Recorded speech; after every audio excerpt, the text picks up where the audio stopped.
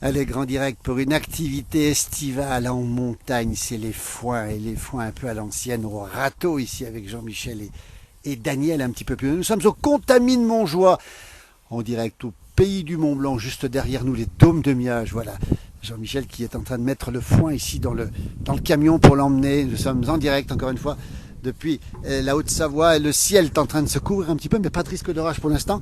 On va les voir, tiens, regardez, ils sont en train de travailler ici. On va leur demander ce qu'ils font dans un instant. Voilà, le travail des foins à l'ancienne, si j'ose dire. Voilà, avec Daniel qui est en train de mettre le foin dans le camion. C'est assez original comme pratique. On voit le champ de foin là derrière ici. On aperçoit deux personnes qu'on est voir tout à l'heure. Le ciel est tout bleu. Regardez un petit peu le savoir-faire. On va leur demander un peu comment ça se passe. Le râteau, comme avant un petit peu, on peut dire que c'est vraiment une activité traditionnelle. Le foin sent bon. N'hésitez pas à témoigner si vous avez connu cette activité. Le ciel est plutôt bleu, même si les nuages arrivent ici. Regardez le râteau, le savoir-faire ici. Regardez comme c'est impressionnant ici, dans cette belle montagne ici. Hop, on porte le foin et hop, ils vont le mettre sur le dos et le transporter toujours en direct depuis les Contamines Montjoie. On voit le village là-bas derrière. Voilà, Jean-Michel qui est en train de porter le foin. Daniel est en train de préciser, de nettoyer un petit peu. On va leur demander dans un instant comment ça se passe toujours ici dans cette belle région ici. Voilà, hop, c'est original, hein. C'est pas un char de foin, c'est tout simplement un camion qui transporte le foin.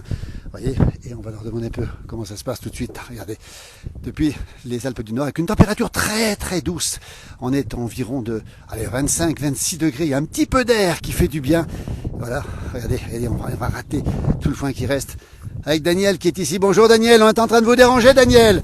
On est en direct dans la place du village. Bonjour, comment ça va? Ça va très bien, merci. Alors dites-nous tout, vous mettez le foin ici, on voit votre beau-frère là-bas, hein, oui. Jean-Michel. Dans le camion, c'est ça? Oui, on met dans le camion pour après décharger dans la grange. Oui. Voilà, on fait pas de... Combien de voyages allez faire? Aujourd'hui, je sais pas, on ramasse toute la pièce. Là. Toute la pièce qui est ici. Ouais. Dis donc alors, pas de mécanisation. Le râteau, on va le montrer ici. Hein. Ce râteau, hein, c'est à l'huile de coude. Il est en plastique celui-là. Vous avez connu les râteaux en bois, vous? Oui, ça va mieux en plastique. Ça va mieux en plastique, oui. Ouais. Alors justement, vous voir, tiens, il y a le beau-frère qui arrive ici. Dis donc, combien d'heures de boulot vous allez faire pour aujourd'hui? Bonjour Jean-Michel.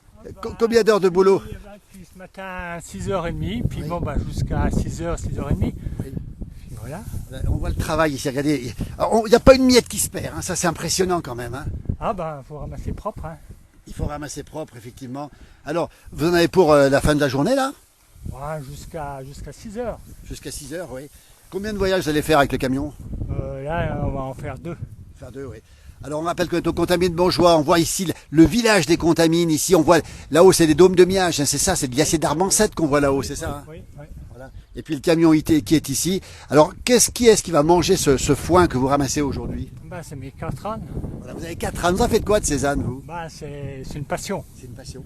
Ah ouais, et puis bon, au début je voulais la race...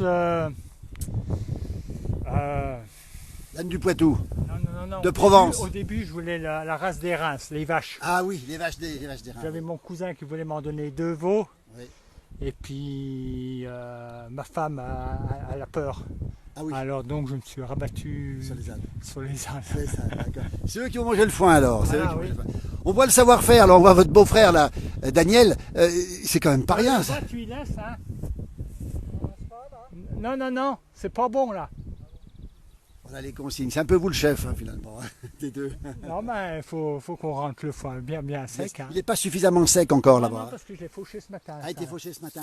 Dis donc, alors ce foin, ce savoir-faire, c'est quand même pas évident de justement de râteler comme ça au râteau qu'on voit ici, même s'il est en plastique, c'est pas évident quand même.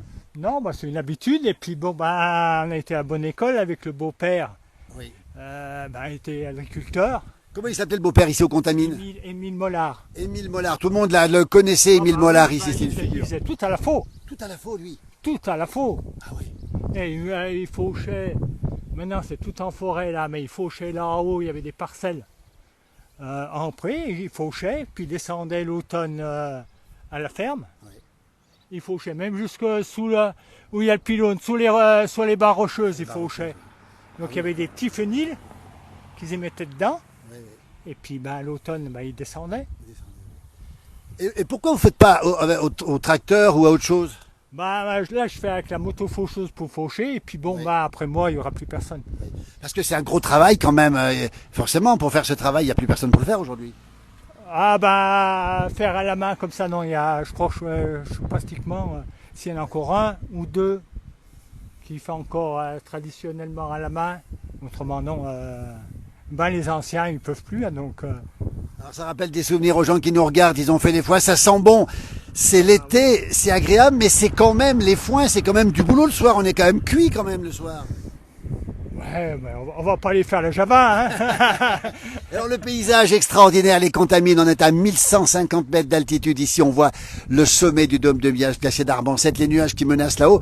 Vous regardez le paysage encore de temps en temps, Jean-Michel? Ah, bah oui, ben, avec le puits de chalet là-haut, moi je suis en face.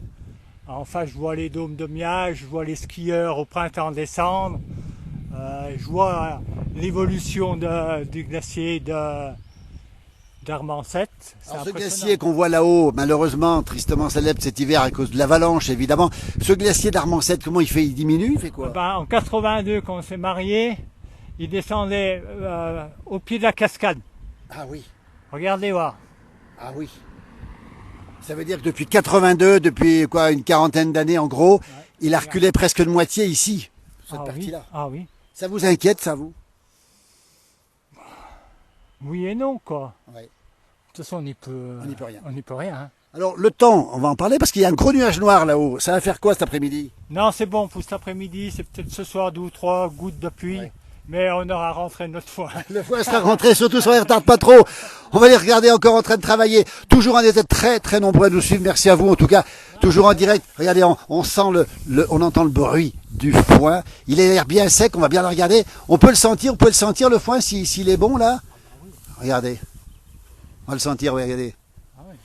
Ah, ça sent bon, dis donc. Ah, ça, Ça sent bon. Il est parfaitement sec celui-là. Ah oui, oui, le sec, hein. Là. Coupé con. Ben, il est coupé vendredi. Non, jeudi. Jeudi soir. Jeudi soir. Donc ça a bien séché parce qu'ici il y a beaucoup d'orage, on le précise bien, pas mal de pluie le soir généralement, hein, c'est souvent le cas. Ah ouais, mais c'est juste pour embêter, hein. C'est pas, Oui, c'est pas des grosses pluies. ouais, c'est pas des grosses pluies, mais c'est juste pour embêter, parce que là, si on prend la pluie, ben, on perd du séchage, quoi. On a le Mont Joli derrière nous, juste au-dessus de nous, la pente est présente partout ici, il y a beaucoup de pentes quand même. Hein. Ah ben oui. Et au-dessus, c'est à qui les foins là au-dessus, là derrière? Ah ben c'est des agriculteurs. Il y a Châtelard, il y a Roger Mattel. Voilà, qui a les vaches d'airain, Roger. On le salue au passage d'ailleurs. Alors, dites donc, ça se fait tout à la main ou au tracteur non, ici? non, là-haut c'est tout au tracteur. Hein. Au tracteur. Ah ouais. Ouais. Et dans le temps, il y avait les foins, on les faisait encore plus haut que ça. On faisait un peu plus dans la pente, non? Ah ben dès que c'est venu les stations de ski, ben le beau-père il a arrêté en 62 là-haut, 64. Oui. Et alors vous avez défriché avec vos ânes, on va voir une partie qui est là-haut, au-dessous du chalet, là-haut derrière. C'est vous qui avez défriché? Ah ben oui. Il y avait de la friche? Ben oui, les vernes et tout, les sapins, les bouleaux, j'ai tout coupé. Comment on fait pour couper tout ça? C'est un sacré boulot de titan. Ah ben oui. J'ai mis des années, hein. Des années à le faire.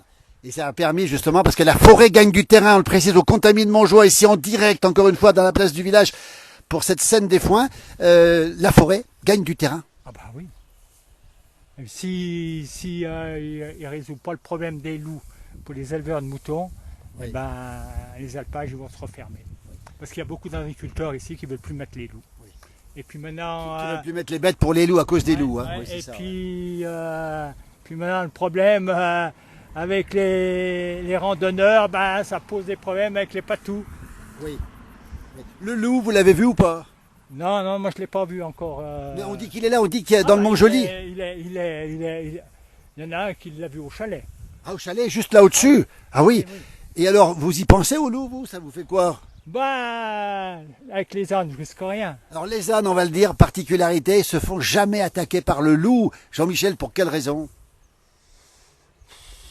Ben, ils sont, dès qu'il y a, ils sont craintifs, hein, dès que, par exemple, si vous voulez approcher des ânes, il va se tenir en distance. Oui, c'est ça. Et donc, il se défend. Oui, il va se défendre. il se défend, quoi. Hein. Ouais, c'est-à-dire qu'un coup de patte d'âne, ça fait partir le loup. Hein. Ah, ça, là, il est raide. Hein. Ça fait combien de temps que vous faites les foins, Jean-Michel? On va pas vous retarder trop. Regardez, il y a le beau-frère qui bosse pendant ce temps, lui. Regardez, il est content, lui, parce que oui, il dit. Ça va faire 2001 Ah oui, que je fais les foins, que j'ai repris derrière le beau-père. oui, c'est ça. Puis voilà. Et votre beau-frère aussi? Et ben, le beau-frère aussi, un peu plus tard. Moi, je suis là en touriste. Il est un peu un touriste, mais Ah, dis mais donc. ils m'aident bien, hein, parce Oui. que... Ah oui, oui. Alors, on précise bien que c'est du boulot quand même. Hein. Il y en a pour combien d'heures encore? On a dit peut-être la fin de journée, là? Voilà, encore 2 heures de temps, puis on a fini. Alors putain, le soleil tape. Alors je peux vous dire que il a la casquette. Vous, la casquette, elle est où? Oh, ça va. Je l'ai oublié, mais bon, ça va. La casquette n'est pas là.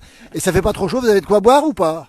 Ouais, mais on est à côté, là. On habite... Ils habitent à côté. Bah hein. oui, juste la ferme à côté. La ferme qui est où, la ferme ici? Ah oui, il y a les voitures. Il y a les voitures juste là à côté. Regardez ce beau paysage depuis les Contamines de Montjoie. Vous êtes très nombreux à nous suivre. On vous remercie infiniment. Une scène de vie comme on l'aime, hein, à la montagne ici. Alors, les vacanciers vont arriver. Bientôt, il y aura plein de monde à la station. Ah bah oui, ça commence. Ça commence déjà. Ah ouais. C'est une bonne saison pour vous l'été. Bah moi, je vis pas avec le tourisme. Oui. Si, mon beau-frère avec les locations. Oui, Mais bon, il est toujours complet. Hein. toujours complet. Ouais, ouais. Bah, après, Je vais voir le beau-frère, il y a justement. aussi, Oui. Ça marche beaucoup avec le Tour du Mont Blanc. Il y a Oui. beaucoup de randonneurs qui font le Tour du Mont Blanc. Et c'est pour ça qu'il y a beaucoup d'épiceries et tout ça au centre des Contamines. Bien sûr. En fait, ils font le plein. Bien sûr. Voilà. ils sont là, ouais. Ouais. En tout cas, on est très heureux de vous avoir ici en direct. Regardez, on va les suivre un petit peu. On va aller voir ces deux messieurs qui sont là-bas, qui sont des défenseurs de la ruralité. Vous pouvez vous approcher, messieurs? Voilà, on va les reconnaître dans un instant. Ils sont connus. Regardez, on va essayer de travailler. Dis donc, il n'y a pas un râteau pour les faire travailler, non? Il y a un autre râteau. On vous demande d'avancer, messieurs, avancez un petit peu, on est en direct. Il y a énormément de gens qui nous regardent en direct, voilà. Alors, voyez, cette scène de vie comme on aime, regardez un petit peu comment ça se passe. C'est absolument magnifique ici. On les voit arriver. Alors, on a vu nos amis travailleurs. Et là, on a deux figures. Alors, Jean-Luc Arcade, alors en Haute-Savoie, grande figure, éleveur de moutons. Vous travaillez aussi comme quoi, comme métier exactement? Non, mais moi, je suis entrepreneur de travaux ruraux, Voilà. hein, travaux forestiers, travaux publics. Et j'aide mon frère, qui est le gars qui traite des montagnes et qui a 700 brebis et 35 vaches allaitantes.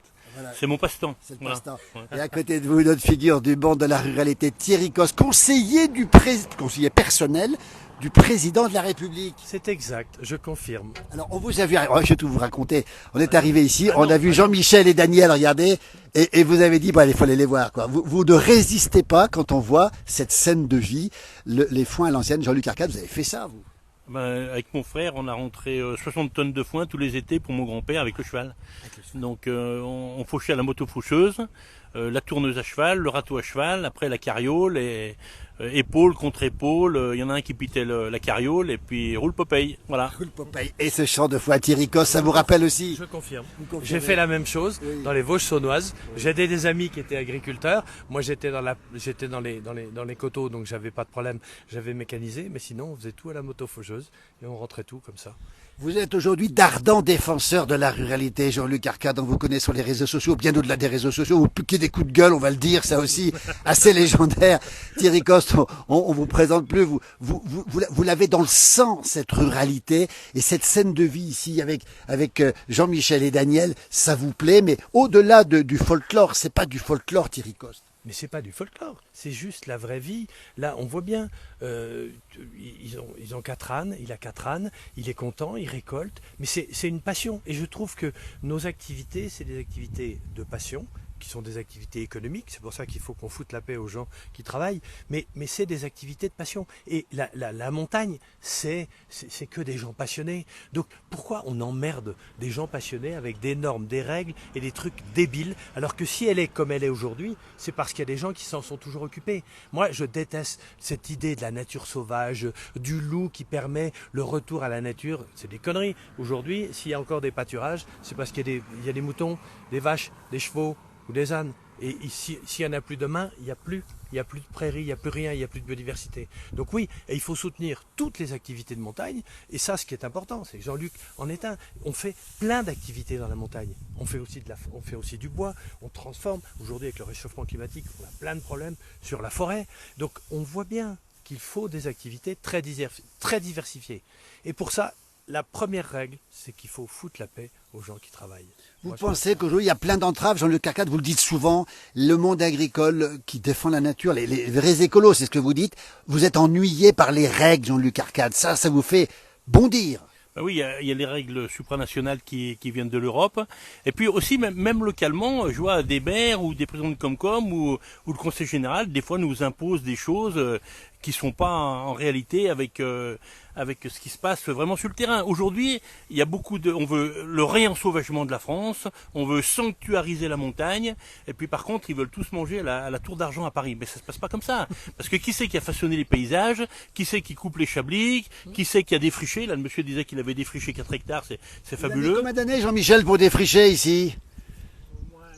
Il a mis 10 ans. Il a mis 10 ans pour défricher, Jean-Michel. Mais regarde comme c'est beau. Et aujourd'hui, ça, c'est la vraie biodiversité. C'est-à-dire que tu as plein de plantes différentes, tu as plein d'espèces qui viennent, tu as plein d'oiseaux qui viennent, parce que c'est défriché.